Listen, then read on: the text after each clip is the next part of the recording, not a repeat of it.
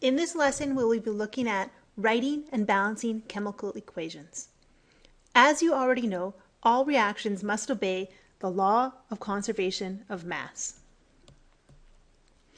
This means that the total mass of the reactants must equal the total mass of the products. So in other words, no new atoms can be created and no existing atoms can be destroyed.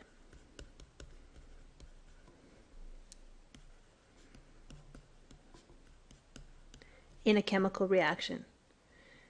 This is why chemical equations must be balanced. They must show the same number of atoms on the reaction side as on the product side. In a chemical reaction, the atoms are rearranged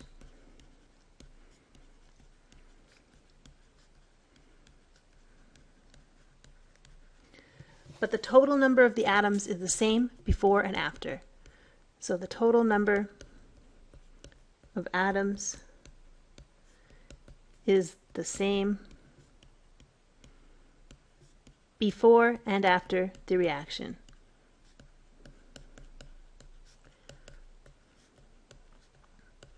So the total number of hydrogen atoms, for example, must be the same on the reaction side as on the product side. A balanced equation gives information about the relative amounts of each chemical in the reaction. So the relative amounts of each chemical.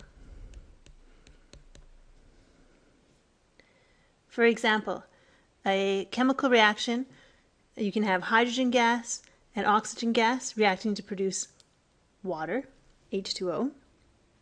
The steps for balancing the equation are as follows. First, you write out the skeleton equation. So here we have H2 plus O2 change into H2O. Then you have to check the atom count. So we have 2 H atoms and 2 oxygen atoms change into 2 H atoms, hydrogen atoms, and 1 oxygen atom. The next step, if it's not already balanced, is to balance the equation. So we can see we had 2, 2, so 2 hydrogens on both sides, 2 and 1. So our oxygen atoms are not balanced. This may be a quick thing to balance it. It may require multiple steps. We'll just take it one thing at a time. So we want to balance our oxygens. The rule is that I can't just add a subscript here, as tempting as that is, because that changes what the product is. I can't change it from H2O to H2O2. What I can do is put a coefficient in front, saying that I have 2 water molecules being produced. And then I've got to check the atoms again. So now I have 2 hydrogen and 2 oxygen change into this 2 multiplies everything, so it multiplies the 2 on the hydrogen as well. So we have 4 hydrogens and 2 oxygens. So we fixed the oxygens, but in the process messed up the hydrogens. So now we have another step where we've got to go and balance out the hydrogens on this side by putting a 2 in front here. And then keeping our 2 there. Check it one more time. We're going to have 4 hydrogen and 2 oxygen change into 4 hydrogen and 2 oxygen. So now it's balanced. Tips for balancing. Balance only 1 atom at a time. Don't get overwhelmed. Just think of 1 atom at a time, and whenever possible, begin with the atom that is alone. We'll look at an example of this. So in the following equation, we have iron and water changing into iron oxide and hydrogen gas. It can be a bit tricky to decide where to start. I'm just going to start with the iron because the iron is by itself over here on the left. So if we look back, we have 3 irons on the product side and only 1 on the reactant side. So I'm going to put a 3 in front of the iron. That'll balance that out.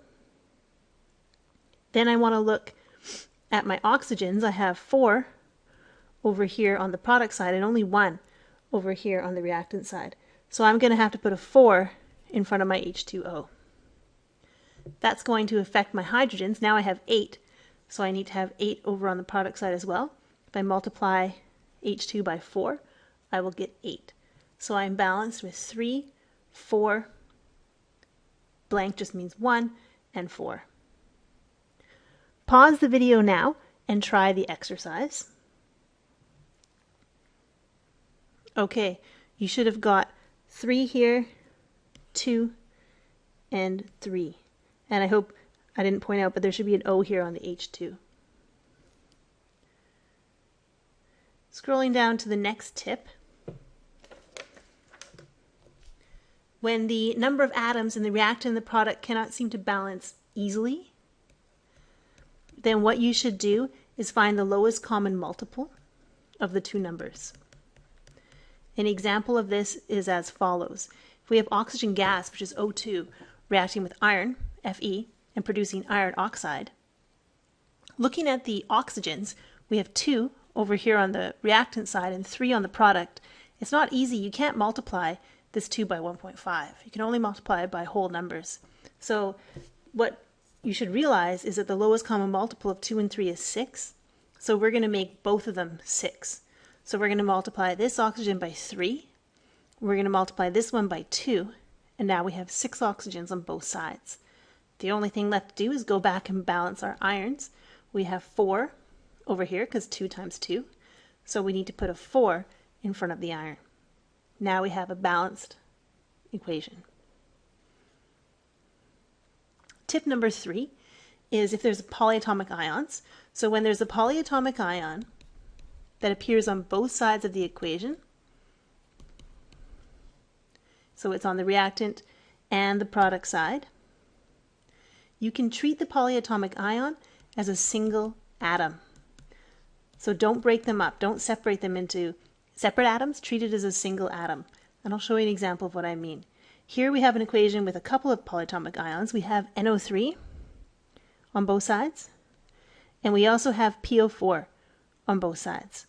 So we're going to treat those as single, NO3 as a single atom, and just balance that.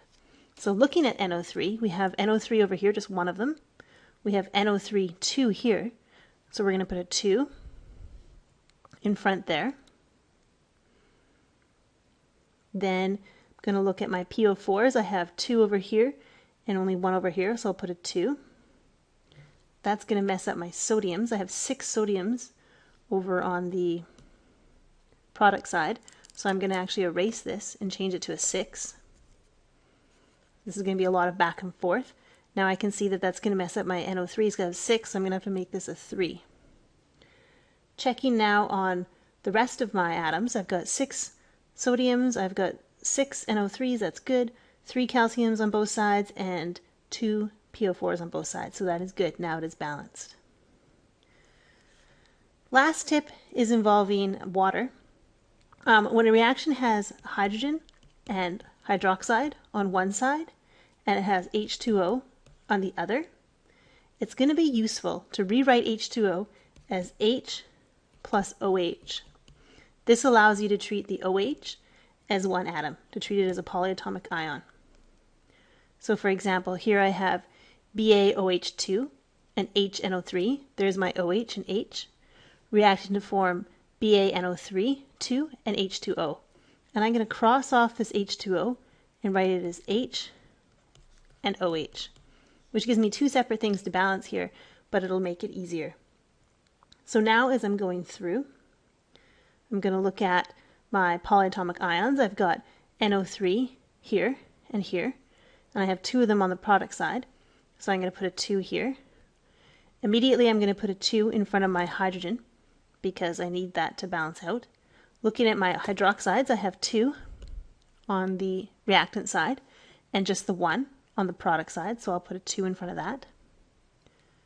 Now everything is balanced, so if I wanted to write this out again just a little bit neater, BaOH2 and 2HNO3 react to form BaNO3, 2, and I can put the water back together now, and 2H2O.